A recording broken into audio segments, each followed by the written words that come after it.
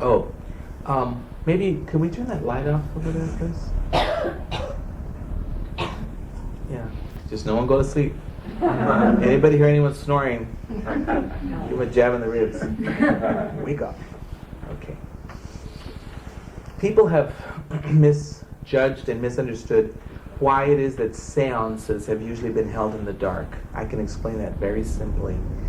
It is simply a matter of physics. You cannot develop photographic film in a brightly lit room. Is that the work of the devil? I don't think so. It's called physics, okay? Let's get away from the superstition of it all and realize that there are reasons for everything. White light of the variety you tend to find on Earth, and I'm not referring to spiritual white light, I'm referring to white light, has a particular frequency, as does everything. Certain spiritual manifestations don't work well because they're more delicate under the, glarish white light. So seances have traditionally been held in the so-called dark, because in effect there is no dark, but when you turn off earth light, you're creating opening for spirit light to manifest. It's that simple. Okay, it's really that simple. That's why people tend to, they associate scary things with nighttime. Why? Because then the physical earth light, the sun, is on the other side of the planet, right? So that opens the door to the so-called astral world or the world of spirit. And this is what people traditionally have both feared and revered. So when we're dealing in terms of bringing in a spirit entity of the type that we're dealing with here, which technically we could refer to this as a mass seance, if you will, that's really what... Of this lovely place.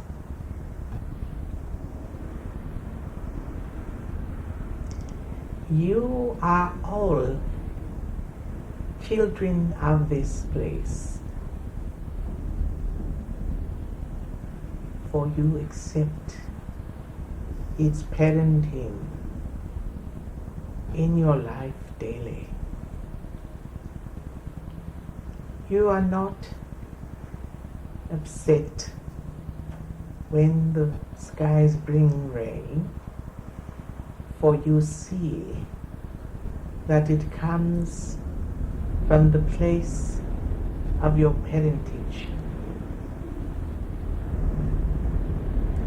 And when the winds do blow as they do, I see no resentment in your lovely orders, for you accept it all as part of the place that is your home. I would not take you from your homes, my dears. On the contrary, I come to install you there. I have been one who walked the earth like yourselves. I believe we've been properly introduced. My name at that time had been Estelle Roberts, graced and privileged to be a medium, and perhaps more than anything, a healer. But none of it of mine own volition, all of it in that Spirit so favored me, and I so favored Spirit. But it's got to be a two-way street, my dears. You must understand this clearly. You can't expect, realistically, that Spirit shall one day come and just bop you on the head with a magic wand and suddenly you're rendered wonderful. It isn't like that. No. On the contrary, you are already wonderful. Spirit need not then transform you into what you already are. However, Spirit, being progress, shall progress through whomever and whatever offers itself for that very cause. It's all about seeking the next phase. It's all about keeping your attention on the tomorrow, not neglecting today. That might be a bit of a stretch for some, Women tend to do it naturally. I should like to expose a little something here that I think would be of some, hopefully entertainment. Do you know, ladies, and I'm referring to those in physical embodiment that are women, that one of the things that men tend to find most odious about us, that is to say irritating, is that we can't be still. We can't, really. It's so rare a woman that isn't always planning something or looking into what's the next thing she can properly introduce. A change, perhaps. Men, on the other hand, are quite content when all is well. I do believe it must have been the man that once coined the phrase, "Let sleeping dogs lie." Leave it alone. Don't bother it. A lady, however, would look and look and look. But what could I use that sleeping dog for? You see. And so it is that there be conflicts of a sort that tend to come with gender. Oh, my dear, dear sisters, how well you must know the men in your life, and how it is that they appear so recalcitrant. That word would mean, translate as being resistant, I suppose, to your excellent advice and ideas. The point is that he's got to come upon it of his own, for the most part. At least give him a bit of time, won't you? That means go on, suggest it, and have him tell you, oh, how ridiculous that is, only to come up with it in a week himself. You know, I had the most lovely idea. Oh, did you, my dear? What was it? Then he'll reveal to you what you had said a week. Oh, that's grand. Good idea. You're a genius. How fast can we initiate it? Can't you see, my dears? There's 1,000 ways to get to the point of destiny. But I'm not here to speak about men as if they were deficient creatures. I have found the opposite to be true too many times, and how I delight in their boldness. No, I'm certainly not here for so-called man-bashing. I've got far better things to do. But I will say this, that my dear, dear friends, I speak to the twain, both genders, that it's rather bigger than both of us, you see. It's called the Divine Mother herself,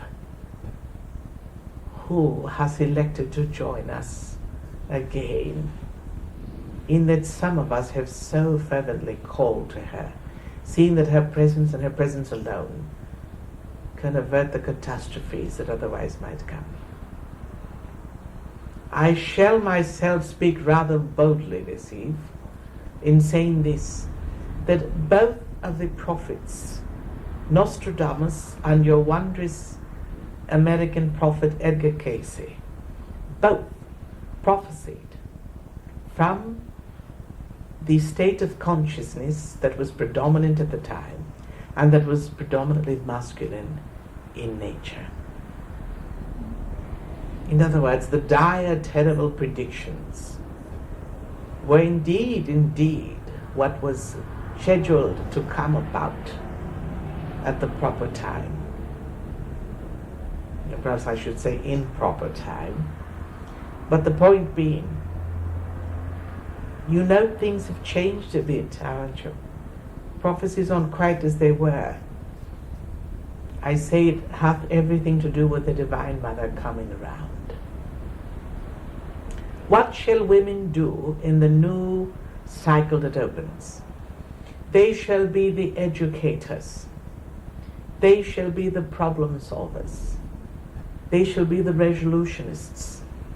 They shall be those who speak out and, having spoken, need not take back their words.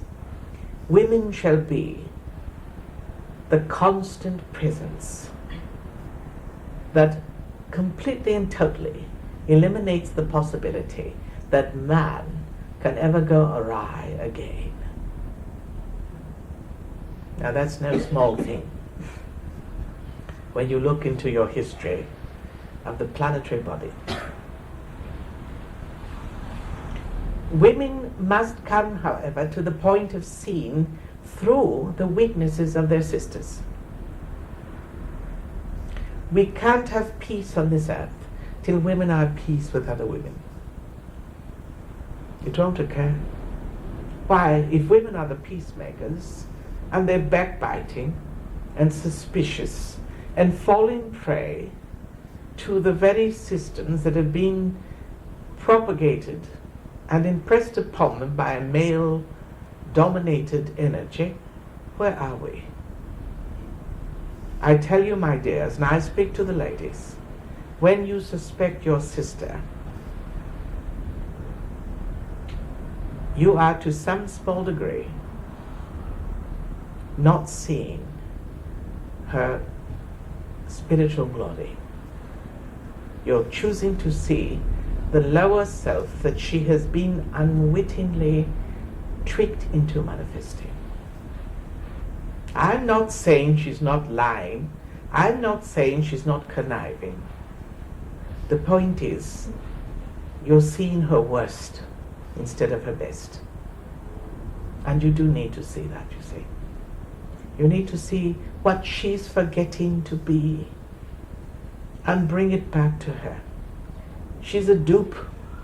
She's being fooled. You have no idea how elaborately laid out were the plans, male-oriented, to keep women at odds with each other, and how terribly successful that's been. Why are women not better friends with other women? Why can't they keep the same friend for a lifetime? And those that can't, glory, glory, glory upon your head. But look, where comes that suspicion, that sense of, oh, I can't stay with her, she's too this, she's too that. Perhaps she is, but could it be that she's lost her way? Is that the time to abandon her? Oh, I'm not saying you need subject yourself to her silliness, but don't give up on her. Pray for her behind her back. And we'll all be better off. Women, it's a time when you've got to grasp hands. You've got to see that all the women on the planet are just like you. Yes, just like you. In so very many ways. And therefore there's got to be the solidarity. Women have got to come to that point where they refuse to buy the stupidity of another woman. They won't buy it, they won't accept it. Mind you, she might be showing it off in color, but they won't accept it. They'll say, you poor thing, you're having a bad day, obviously. You see? They'll hold the standard of truth for her when she can't obviously hold it for herself. And we all know that some poor things are further off this path than others. You've got the poor thing that's out there trying to get every other woman's man. What of her? What shall she catch with such a terrible net as she's casting? Happiness? You know she can't. You need to feel sorry for her. You need to pray for her enlightenment. You need to say, there is the weakest link in the woman chain that I know of. I'll mend it. It's the last thing I do. She's my sister, after all. Some say, oh, I've got no time for that, really. I've got my man, I'm happy. Good for you. Good on you. I'm not saying you should leave it. I'm merely cautioning that sooner or late one of your sisters will cross your path, less fortunate than yourself, and what are you to do with it? Call her a bitch? Is that it? A whore? I trust not. She might be precisely that in the outer sense, but it isn't her true nature. There is not a woman upon this planet whose true nature is that of the bitch or the whore. And what passes for that is a terribly deluded soul that's terribly confused and terribly in pain. Thus she gives the pain to others. Can't you see it, my dears? I see a world where all women immediately love all other women. Is that too much to ask? I see a world, and I live in one, where all of us who happen to find ourselves more of the feminine gender than the masculine see in each other a porthole of the Divine Mother smiling at us. And we can only be drawn to that with love and sweetness. Can't you see it, my dears? It's got to end. You've been betrayed. All of you. You've been taught that to turn your back on another sister is all right, and it isn't, it isn't, it isn't. Reconsider, won't you? Look at the worst woman that you know. Look at the one you will have nothing to do with. And won't you reconsider? I come to beg you. I come to ask you to please take another look. Again, I'm not saying you should put yourself at her mercy. The poor thing's like a rabid dog. You wouldn't extend your hand. Here you go, my dear. No, of course not. Its nature is to bite and bite viciously. I'm not speaking of stupidities. I'm referring to compassion that comes from a higher place. I am only speaking about the future as it shall be. How long that takes to manifest is up to you. I see the future unrolled as a scroll. It is inevitable that upon this planet, all women will come to love and respect all other women, and that's simply a point of fact. How long it takes, well, we'll see, won't we? You'll note I'm not referring too much to the men. I need not, for when the women find themselves in joyous alignment again, the men will be automatically, you'd be surprised. Yes. For she represents the woman in him, doesn't she? So when she's got her own womanhood straight, so shall his be. It will work like that through osmosis.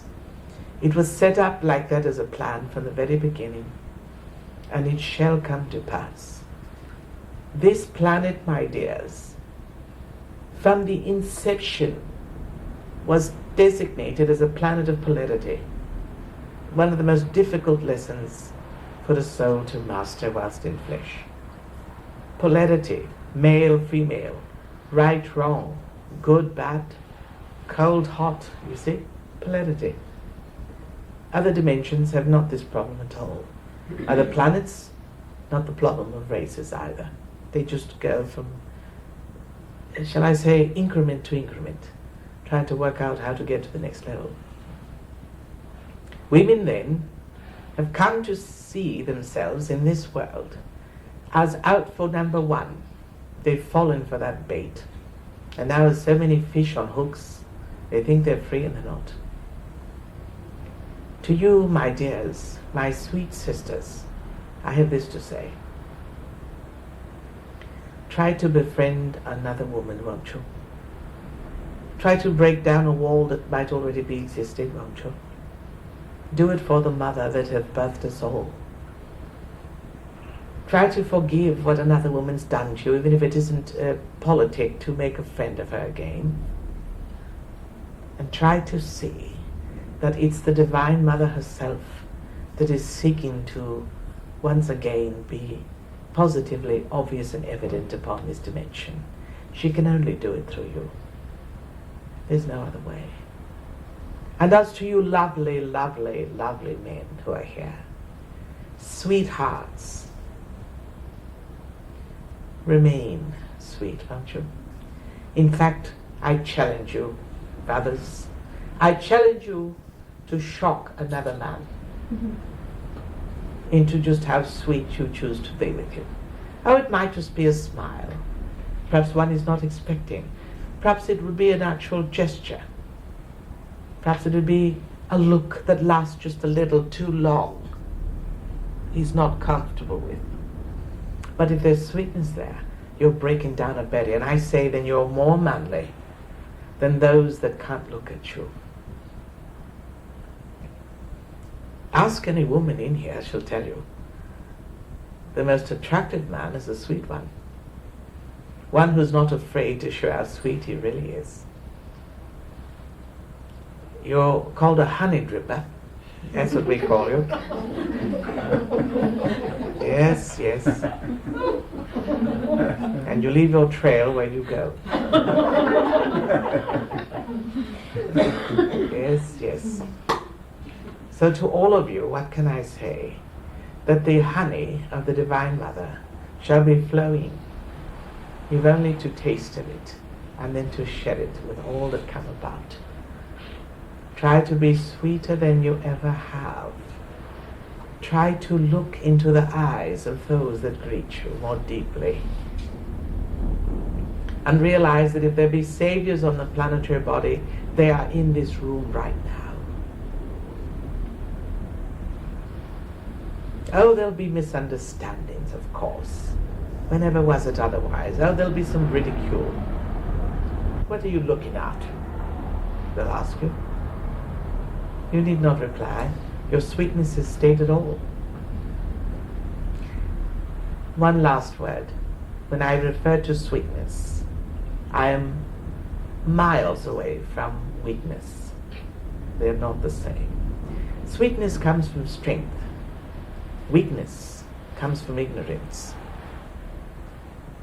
I refer to the former, not the latter.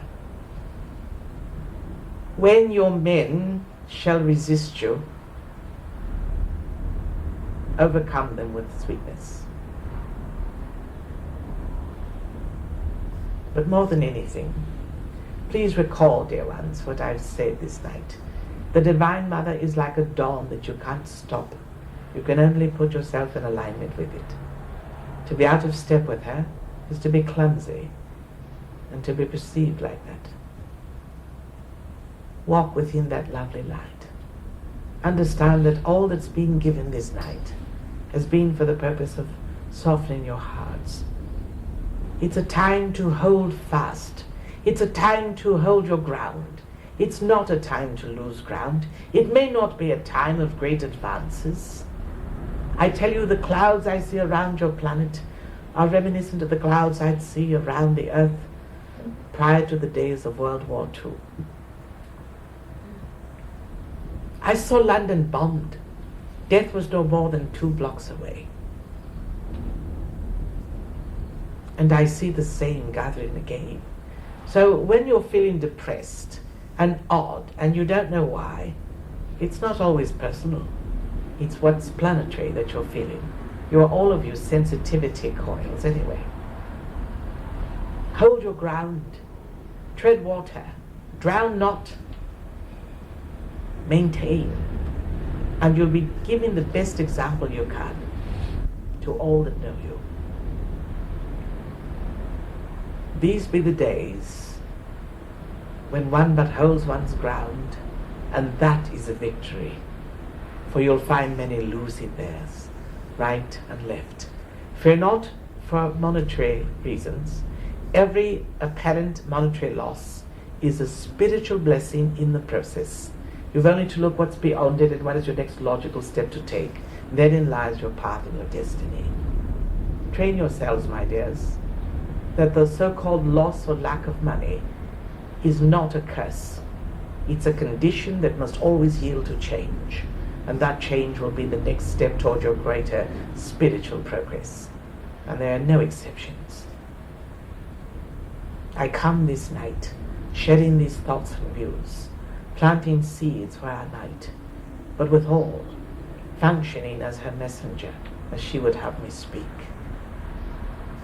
Find the goddess in your world, and if you must dig, then dig, but find her. I tell you that I speak not in heresy, much less in irreverence when I say that the great and holy Pele herself respectfully listens to what I say this night. Not that I teach her, for what can I teach her? But that she welcomes me, the least of all that could come, to share these thoughts that she herself knows all too well. The people of these islands knew the value of the Divine Mother through all that came. They saw her dance as Laka. They know her as Pele.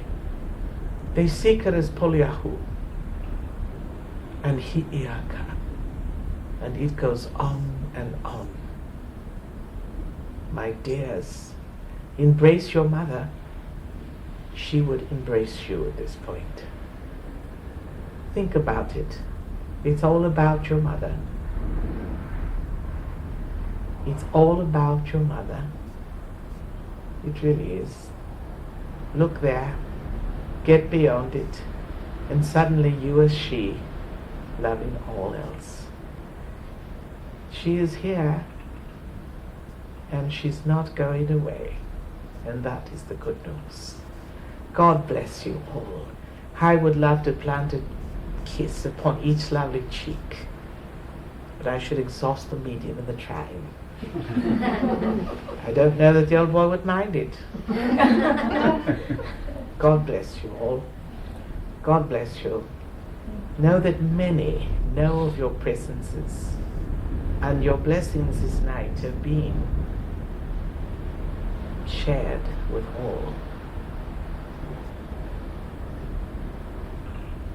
The sweetest of evenings then lie before you.